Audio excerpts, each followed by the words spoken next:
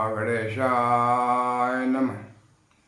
ओम गं गणपतये नमः। गणपति उवाच एस्ट्रोलॉजी से मैं प्रोफेसर डॉक्टर A.K. चौबे आप सभी मित्रों का अपने इस YouTube चैनल पर हार्दिक स्वागत और अभिनंदन करता हूँ। मित्रों नमस्कार। मित्रों मैं हाजिर हूँ आज फिर आपसे एक विशेष वार्ता करने के लिए। वार्ता आपको पसंद आए लाइक कीजिएगा, अपने दोस्तों में शेयर कीजिएगा और मेरे चैनल पर अगर पहली बार आए हैं तो सब्सक्राइब कीजिए, बेल आइकन को प्रेस कीजिए, नोटिफिकेशन को ऑन करके ऑल सेलेक्ट कीजिए तो मेरे अगले सभी वीडियो की सूचना आपको स्वतः ही पहुंच जाएगी। तो मित्रों मुझे प्रोत्साहन देने के लिए ज़रूरी है कि आप सब्सक्राइब तो करें। सब्सक्राइब करेंगे तो मुझे लगेगा कि लोग पसंद कर रहे हैं, पढ़ रहे हैं, देख रहे हैं, समझ रहे हैं, तो मेरा प्रोत्साहन होगा और मैं आगे बढ़ चढ़ के और वीडियो बनाऊंगा। सब्सक्राइब करना आप लोग बंद कर देंगे तो धीमे धीमे मैं भी आलस में आ जाऊंगा और फिर मैं भी बंद कर दूंगा। देखिए ये मेरा कोई प्रोफेशन नहीं है, मैं तो प्रोफेसर रहा हूँ न्यूक्लियर फिजिक्स का। ये तो मेरी हॉबी है, मेरा अपना जो यंग एज से मैंने इसको पढ़ा, देखा, सीखा, वो मैं अब ओल्ड एज में आकर के उसको इस्तेमाल कर रहा हूँ जिससे मैं आप लोगों को कुछ दे सकूँ, कुछ समझा सकूँ साइंटिफिक वे में। वरना मेरा ये प्रोफेशन नहीं है, कोई मेरे से आमदनी नहीं है, कुछ नहीं है। मैं लेकिन रुचि बनने के लिए मेरा प्रोत्साहन देने की ज़रूरी है कि आप इसको लाइक करें, सब्सक्राइब करें और व्यू तो देख करें, तो इसको पढ़ें, देखें तो सही। तो मित्रों मेरा विषय क्या है, देखिए 26 अक्टूबर को बुद्ध देव युवराज बुद्ध क्या है, 26 अक्टूबर को बुद्ध देव जा रहे हैं आगे कहाँ, शुक्र के घर में। शुक्र का घर मतलब तुला राशि में। तो 26 तारीख को बुद्ध देव चले शुक्र के घर में। शुक्र के घर में तुला राशि में ऑलरेडी वहाँ पर सूर्य बैठे हुए हैं। सूर्य और शुक्र वहाँ बैठे हुए हैं। शुक्र अपनी राशि में उच्च के हैं, सूर्य नीच के हो रहे थे लेकिन शुक्र ने उनका नीच भंग कर दिया है। तो सूर्य भी और शुक्र भी तुला राशि में बैठ कर के अच्छे फल दे रहे हैं। ये कहना गलत है कि सूर्य नीच के हैं और नीच का फल देंगे, नहीं। सूर्य नीच के थे लेकिन शुक्र के प्रेजेंस की वजह से नीच भंग हो गया, क्योंकि शुक्र अपनी राशि में उच्च के हैं। तो अपने घर में कोई उच्च का बैठा हो, वहाँ कोई मेहमान आ जाए, चाहे वो घर उसका दुश्मन का हो, लेकिन जब मेहमान आ गया तो मेहमान भी खातिर आदर सम्मान होता है। मेहमान फिर कभी बुरा नहीं कर सकता, तो मेहमान भी जो है अच्छे करेगा। तो शुक्र के घर में सूर्य भी नीच भंग होने की वजह से उच्च का ही फल देंगे। और वहाँ 26 अक्टूबर को बुद्ध भी पहुँच गए, तो सूर्य के साथ बुद्ध आदित्य राजयोग बन गया, शुक्र का बुद्ध का लक्ष्मी नारायण योग बन गया। और भी बृहस्पति बैठे हैं, कहीं तो हंस महापुरुष राजयोग बन रहा है, कहीं शनि बैठे हुए हैं तो वहाँ भी कुछ न कुछ हंस महापुरुष राजयोग बनता है। तो ये योग तो बहुत बनते हैं, पर उन योगों की चर्चा मैं अलग से कर चुका हूँ।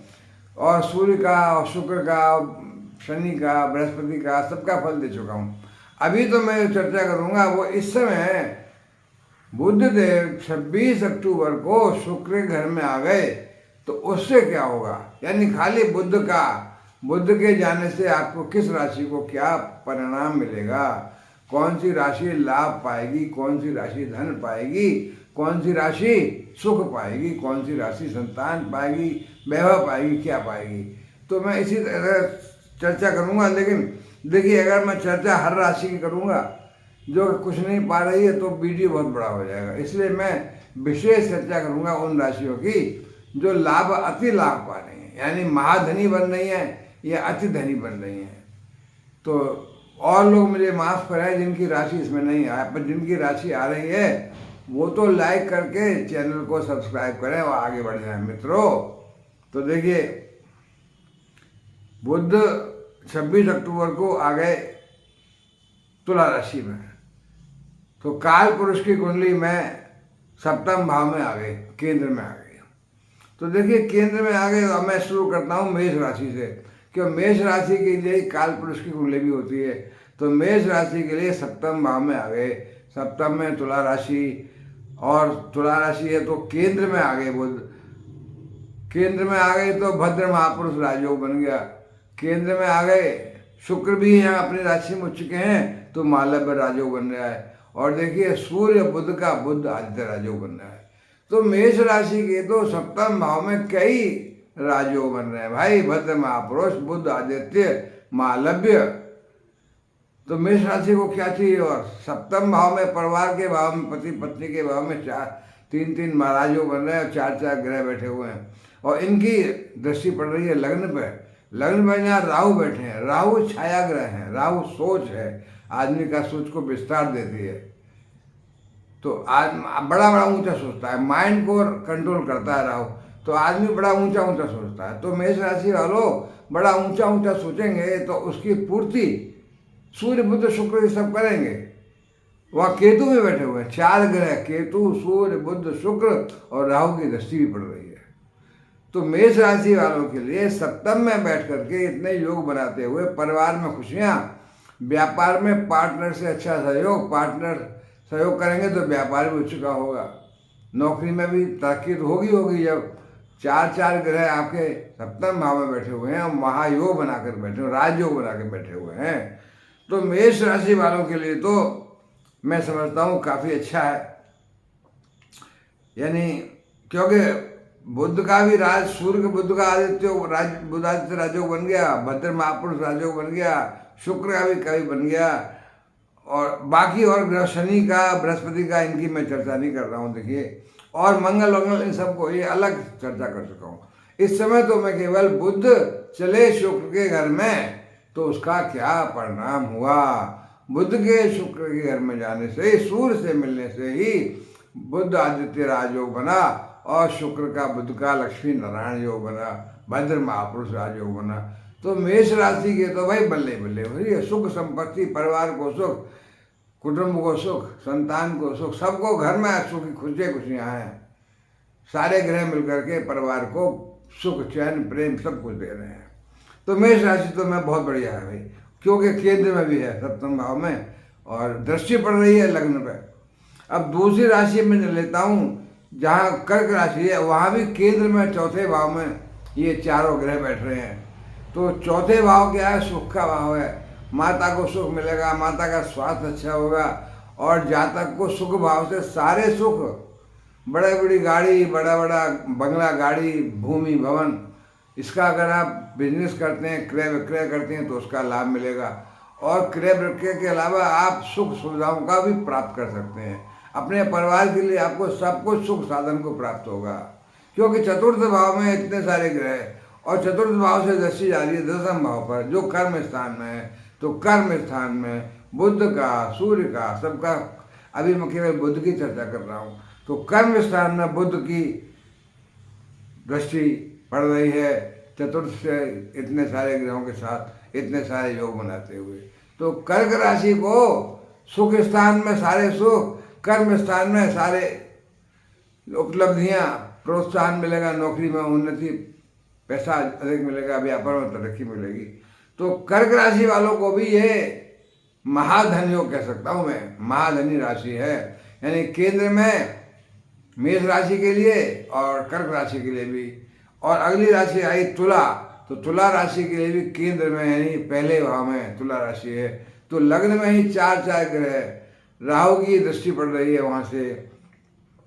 और देखिए बुध आ गए सूर्य के साथ, बुध आदित्य राजयोग बना दिया, शुक्र के साथ आ गए लक्ष्मी नारायण योग बना दिया, मालव्य राजयोग बन गया, भद्र महापुरुष राजयोग बन गया।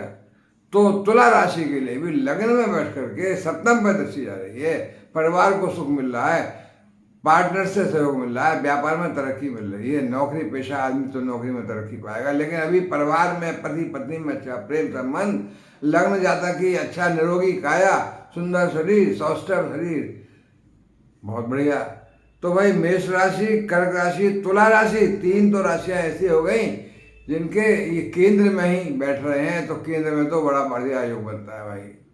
और चौथी राशि है कौन सी? मकर राशि। मकर राशि के लिए ये चारों ग्रह आगे 10वें भाव में। तो 10वें भाव में बैठ गए और चौथे भाव को देखेंगे। तो जैसा कर्क राशि के लिए था उसका उल्टा हो गया ये कि 10वें में बैठ करके कार्य क्षेत्र में प्रोन्नति, उन्नति, तरक्की, पैसे में वृद्धि, मान सम्मान, पद प्रतिष्ठा, व्यापार में तरक्की और सुख भाव में दृष्टि जा रही है। तो सुख भाव से माता को सुख, माता का आशीर्वाद, भूमि, भवन, बंगला, गाड़ी सब क्रय विक्रय में लाभ और सारे सुख साधन को आप पा सकेंगे, परिवार को सुख दे सकेंगे, मानसिक शांति मिलेगी, बहुत संतुष्टि मिलेगी। तो भाई मकर राशि वालों के लिए भी ये 10 में बैठना और 4 में देखना बहुत बढ़िया सुंदर योग है। तो ये 4 राशियाँ मेष, कर्क, तुला, मकर, ये वो राशियाँ हैं जिनके केंद्रों में बैठ करके भद्र महापुरुष राजयोग, मालव्य राजयोग बन रहा है और बुध आदित्य राजयोग तो बन ही रहा है। सप्तम भाव में सूर्य नीच के हैं, लेकिन शुक्र की प्रेजेंस से वो अच्छा ही फल देंगे। भाई मैं बार बार कह रहा हूँ, जो डराता है कि शुक्र यहाँ नीच के आ गए, नीच के ठीक है, तुला राशि नीच की है, लेकिन तुला राशि में इस समय शुक्र भी तो बैठे हुए हैं। अगर शुक्र यहाँ नहीं होते तब तो नीच का होता। अब देखिए 4 राशियाँ तो बहुत बढ़िया हो गई टॉप पे। इसके साथ में एक राशि और लूँगा जिसके धन भाव में चारों ग्रह बैठे हैं। तो 4 राशियाँ केंद्र वाली, 5वीं राशि वो जिसके धन भाव में यानी द्वितीय भाव में। ऐसी राशि कौन सी है? कन्या राशि। कन्या राशि लग्न में आई तो दूसरा भाव धन भाव में ये सूर्य, बुध, शुक्र और केतु सब आ गए, राहु की दृष्टि आ गई। तो धन भाव में इतने सारे योग बनते हुए धनाधन, धन की बारिश तो होगी ही। कन्या राशि को अभी धन का बहुत लाभ मिलेगा। हालांकि अष्टम पे दृष्टि पड़ रही है इनकी, जहाँ राहु बैठे हुए हैं, तो अष्टम से गूढ़ विद्याओं का ज्ञान और गूढ़ विद्याओं यानी गुप्त धन का प्राप्ति हो सकती है। न मालूम अचानक सट्टे से, शेयर से, कहीं ना कहीं से, लॉटरी से कुछ मिल सकता है। और देखिए जो आपके उन्नति में बाधाएं आ रही हैं, रोड़े आते हैं कहीं, वो सब दूर हो जाएंगे इस समय। 4 ग्रह अष्टम भाव को दिख रहे हैं। कोई आपको खतरा नहीं है एक्सीडेंट का। एक्सीडेंट होगा तो आप चोट सपेट ज़्यादा नहीं आएगी। तो कन्या राशि वालों को धन का लाभ हो रहा है, प्लस अष्टम से भी कष्ट दूर हो रहे हैं। तो भाई 4 राशियां वो कौन कौन सी? मेष, कर्क, तुला, मकर और 5वीं कन्या। ये 5 राशियां तो 26 अक्टूबर से बुध को तुला राशि में जाने का महान लाभ पा रही हैं और ये महाधनी राशियां हैं 5 राशियां। अब देखिए 3 राशि और बताऊंगा मैं, जो कि थोड़ा सा नीचे 19-20 कर लीजिए, यानी अति धनी कह दीजिए। अगर उनको अरबपति कहते हैं आप तो इनको करोड़पति कह दीजिए, जो भी आप नाम कहना चाहें। मैं कह रहा हूँ महाधनी, अति धनी। तो 3 राशियां मैं और बताऊंगा। देखिए ये 26 अक्टूबर को दोपहर को 13:47 यानी 1:45 बजे समझ लीजिए ये ट्रांजिशन होगा बुध का, और ये 13 नवंबर तक रहेंगे। 13 नवंबर की रात को 9-9:15 बजे तक रहेंगे बुध। कहाँ? तुला राशि में। उसके बाद चले जाएंगे वृश्चिक में। तो अब देखिए 3 राशि और एक राशि ली मैंने बुध की, कौन सी? मिथुन राशि। मिथुन राशि के लिए पंचम भाव में बैठ गए बुध और सारे ग्रह।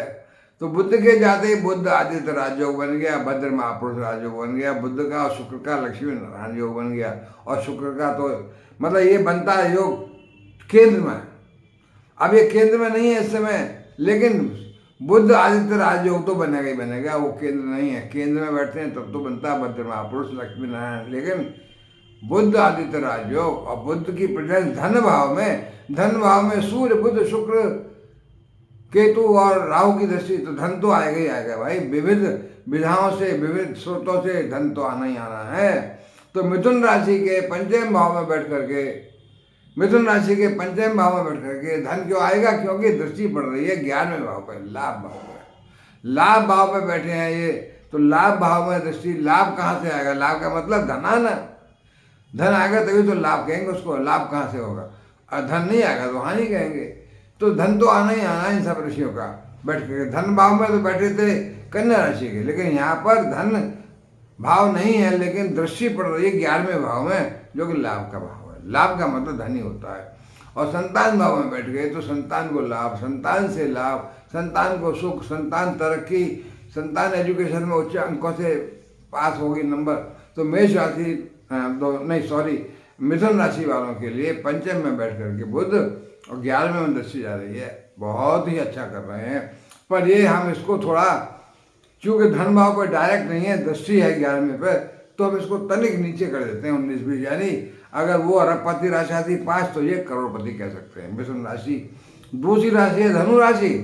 धनु राशि मिथुन के विपरीत है, यानी अब 11वें में बैठेंगे और 5वें में दृष्टि आएगी।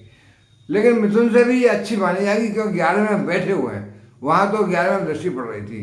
11वें में बैठ करके बुध और बाकी सब ग्रह पंचम को देखेंगे, तो प्रेम प्रसंगों में भी लाभ होगा। कोई प्रेम संबंध चल रहा है वो सफलता मिलेगी, प्रेम संबंध आगे बढ़ेगा, शादी हो सकती है, प्रेम विवाह हो सकता है केवल इन दिनों में ही 26 अक्टूबर से 13 नवंबर तक।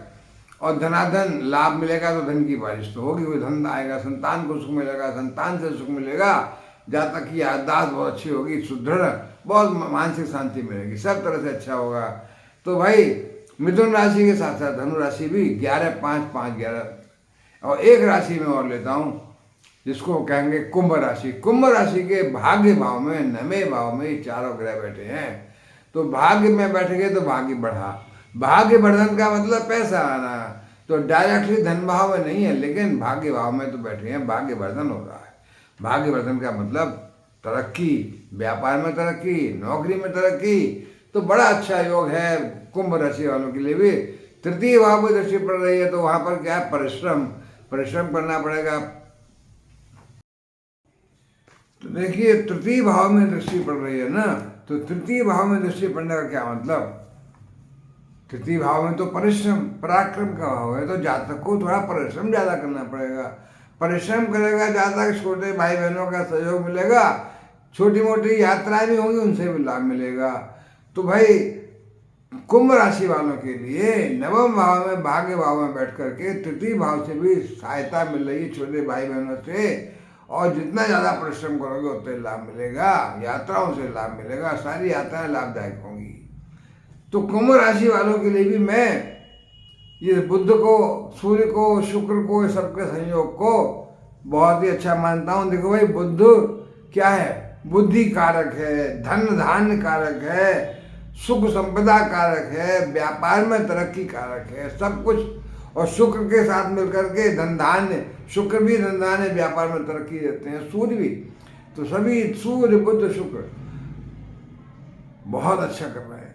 तो भाई मित्रों ये देखिए, मैं फिर आपको समराइज कर दूं कि 5 राशियां जो मैंने बताई थी, मेष, कर्क, तुला, मकर, कन्या, ये तो बुध की कृपा से अरबपति राशियां हैं, और 3 राशियां मिथुन, धनु और कुंभ, ये करोड़पति राशियां हैं। तो 5 और 3 8 राशियां, बाकी 4 को मैं ज़्यादा लाभ नहीं मिलेगा, इसलिए उनकी चर्चा मैंने नहीं की है। तो मित्रों अब मैं यहाँ विराम लूँगा, और आपसे निवेदन है कि आप जाते जाते मेरे चैनल को सब्सक्राइब जरूर करें, बेल आइकन को प्रेस करें, नोटिफिकेशन को ऑन करके ऑल दबा दें, और कमेंट में जाते जाते चाहे तो लिखें, कुछ नहीं लिख रहे आप तो कम से कम